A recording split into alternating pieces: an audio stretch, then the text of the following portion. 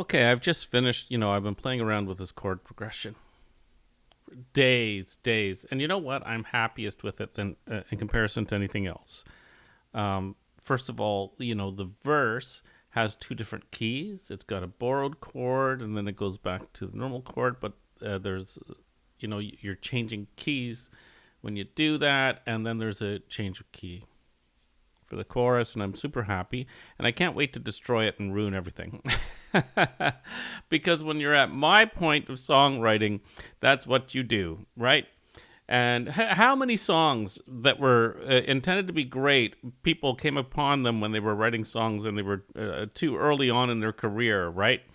Um, the smart ones do the basic thing. They're like, you know what, we have a basic thing here, let's do it. And then they have a classic garage band hit or whatever, right? But I wanted to say, like, this is just a short video.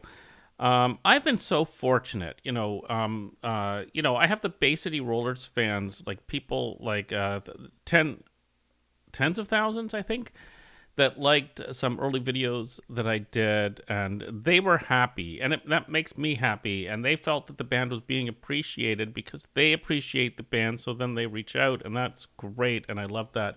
But other things, I've had artists reach out to me saying thanks a few times, and one person who was never ever on any social media said thank you to a review I did a long time ago.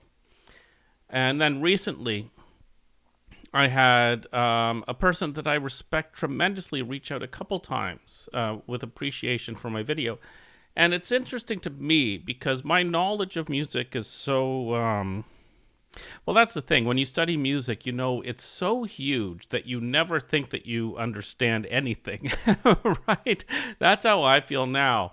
But I do have some bit of knowledge, but it's appreciation. I think that true artists, when you show appreciation for their work and you're trying to figure out what makes it so great, that in and of itself is important to them because guess what?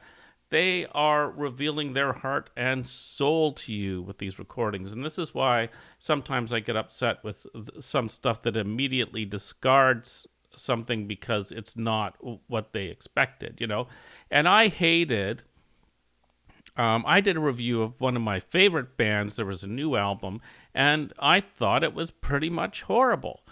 And if they hadn't used the name of the band that I like, I probably wouldn't have even bothered to review it, but it's put out there, and then I've reviewed every single other album, right? And who wants to say anything bad? It hurts me to say something bad. Why? I love this band, so you don't want to actually do that.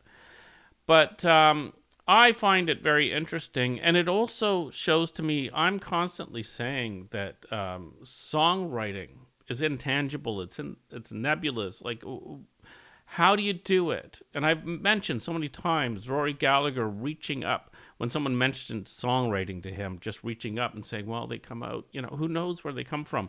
And I'm sure that every songwriter is different, Every songwriter is different.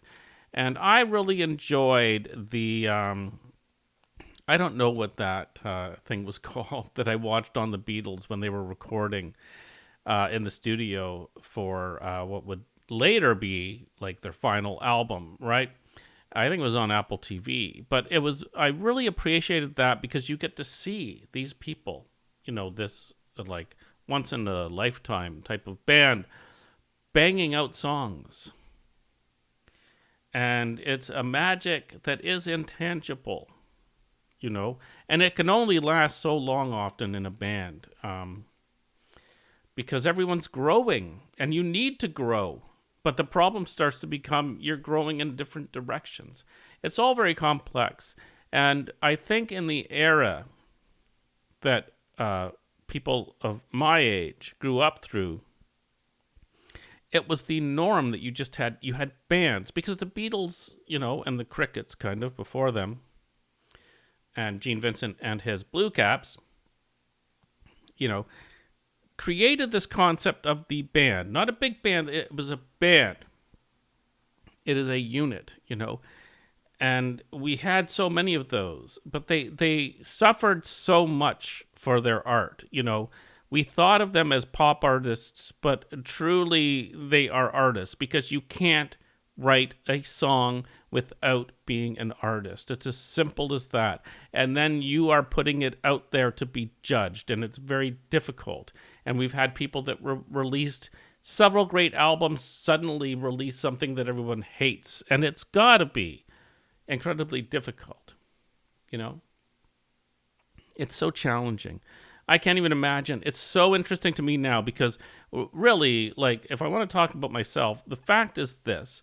COVID came, and I had always been a person that said, hey, you know, I'm not going to study music again. It's too difficult. I played piano. I did Baroque piano a long time ago.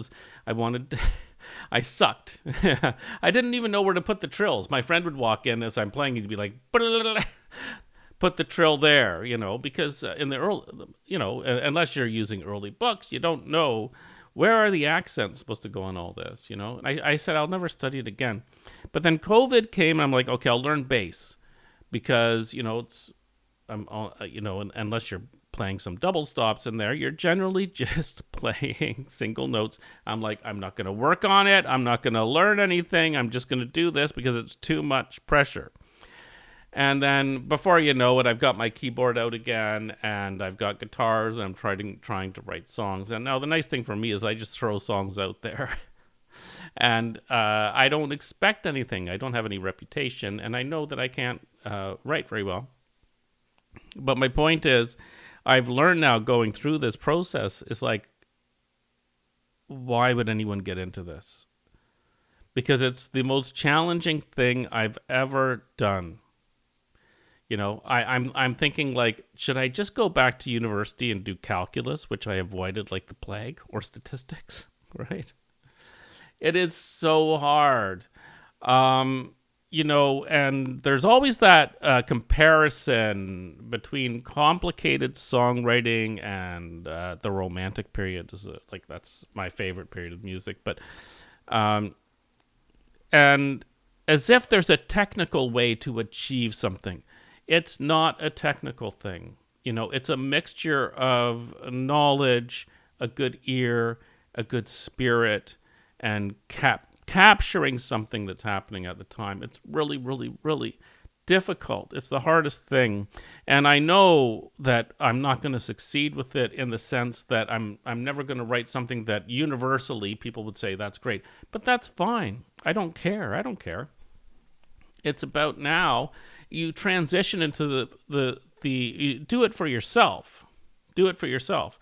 But once you are out there, you know, it's very challenging. And I'm sure for a person's, like, you can't, I don't know how, as an artist, you keep a stable mind when people are judging you so much. But I wanted to say, you know, I did that review of Arctic Moon Chameleons. It wasn't a review, it was an overview. But I have to say, a few days have gone on, and I mentioned in that some people were disappointed right away. That stuff is now, you know, Strange Times I've held for a long time as one of the greatest albums. That Eric Faulkner's 90s period that nobody knows about and wasn't, you know, was never formally released, and this Arctic Moon, those three things have brought more pleasure into my life than I think any other recordings in that time span. So that is really incredible. And anyone, I just can't even comprehend it. People coming out with disappointment right away. Sometimes things take a little bit of time, and that's okay, you know. I have albums that I love now that I originally said, you know, sometimes it takes 10 years, right? Before you appreciate something. That's a long time. But sometimes it takes that long. I have albums, you know, like Jeff Beck, I loved Truth immediately, the second it started. Blow by Blow slowly grew on me to the point where I have to have the best recording of that, and I do now have like the double 45 RPM version of that, but I wasn't immediately enthralled with that. You know, it was a different style of music for me. But anyway, yeah, isn't that incredible? I find it incredible now when I play that. I can't wait to see the Chameleons the next time. They better come to Toronto. An incredible album. There's different types of smarts in music. Some people play exclusively by ear. You know, some people read music. It's all over the place. But I can tell you it's deeply personal for these artists. It's deeply personal. And even they do not 100% understand where all of the music comes from, in my opinion. You know, some do, you know. But often they won't talk into those details about all of that stuff, you know. I find it really incredible, and I hold artists, all types of artists, in the highest regard. It is the thing, the fact that I'll never achieve anything with it says something about the people that do, you know, and it's fine to not achieve with art because there is also this other part of art which is about you and yourself, right? That's what makes art so incredible. There are so many realms of it, but just for you, sitting at home, picking up a guitar or playing on your keyboard, it's about you and doing what you want to do. So I think it's really, really, really incredible. And, you know, maybe I wouldn't have these thoughts if it hadn't been for certain people just saying thank you or reaching out, you know, and fans reaching out because the music is very emotional and it touches them, right? So I was just finishing up with that chord progression and looking forward to destroying it in a future song. But these thoughts were going through my head because I think, well, how do these guys know when they have that great thing? You know, I don't know. It's incredible. And we don't have to know everything. We can just appreciate it. Just appreciate it. Right? That's all you have to do. And that'll make them happy and it'll make you happy. Anyway, that's my thoughts on it. Have a good night.